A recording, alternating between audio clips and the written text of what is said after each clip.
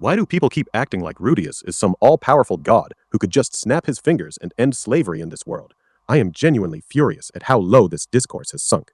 15,000 people upvoted a Reddit post under the banner of hated tropes that straight up calls Refugee Namagonote a pedophile. Not problematic writing, not I dislike the themes, a direct personal accusation against a man who wrote a fantasy story. Over 4,000 comments piled on. Then Kotaku publishes an article that does not just criticize the series, but tells people to stop recommending it while casually labeling Rudeus a groomer and the entire story poorly written. This is not criticism. This is a coordinated pile-on designed to make people feel dirty for even watching the show. And the slavery argument is the most dishonest part of it. People keep asking why Rudeus did not abolish the entire system, as if this is a shonen where the protagonist becomes the strongest being alive and rewrites society by force. Rudeus is strong for his age. He is talented. He is not the strongest. We already saw what happens when he and his group run into the dragon god. Rudeus, one of the most feared warriors on the planet, a man whose entire race makes people freeze in terror, gets thrown aside like nothing in seconds. That is the ceiling. That is the reality of this world. Expecting one young man with limited influence and zero political power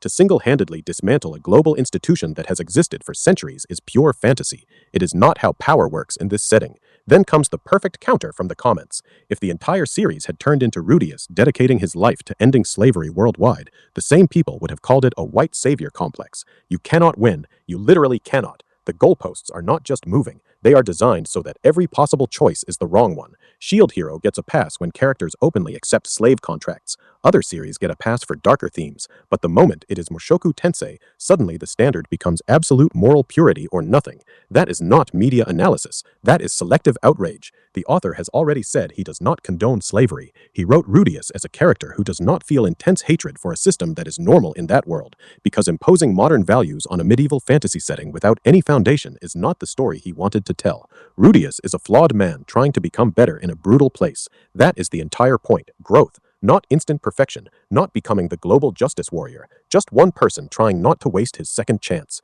This constant bad faith framing does not protect anyone. It just poisons the conversation and turns every discussion into a purity test. People who have never watched the series feel comfortable declaring the author a criminal for writing fiction.